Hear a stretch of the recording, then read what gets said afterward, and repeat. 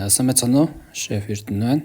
Welcome back my channel. Энэ удаагийн дугаараар та бүхэнд хамгийн хурдан болдог эрүүл гуляш шиг хэрхэн хийх аргыг хуваалцуулна. За юуны минь 2 шигс сармисаа бяцалчихна. Тэгээд цагаанга 2 см квадрат нэмгийн шчээд сонгоно томоор нь нэлээд том дундуур нь хувааж агаад 4 хуваачна. Залуу 1.5 шиг ингээд нэлээд том ирчихнэ.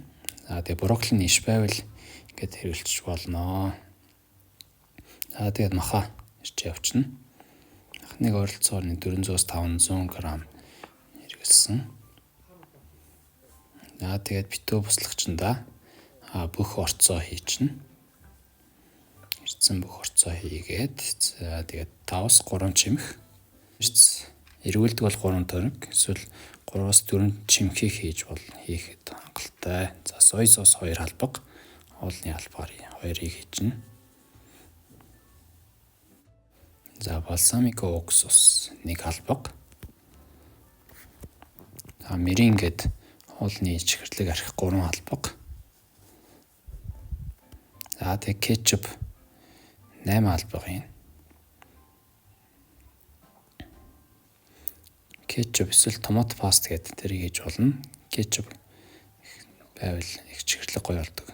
За ус 1.5 аяг, за лаврын авч 5 шиг, дашида 3 чимэх. Тэгээд таглаад 15 минут битүү чанагчанд буцалгана. За тэгээд 15 минут болсны дараа 5 минут байлгаж агаад уурыг гаргачнаа.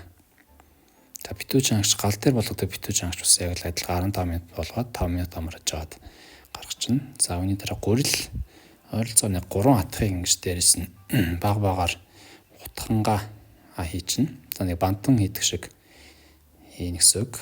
За тэгээд нэгэн дор гурилаа бөөнөр нь хийчих юм бол ингээд бөмбөлөг үсээд муухай болчдөг учраас идэгж жоох эвгүй болчдөг. Түүхий гурил нь ингээд бөмбөлөгөөр өсчдөг учраас багаар ингээд соосоо өтгөн болгоход гурил ашиглаад явчихна.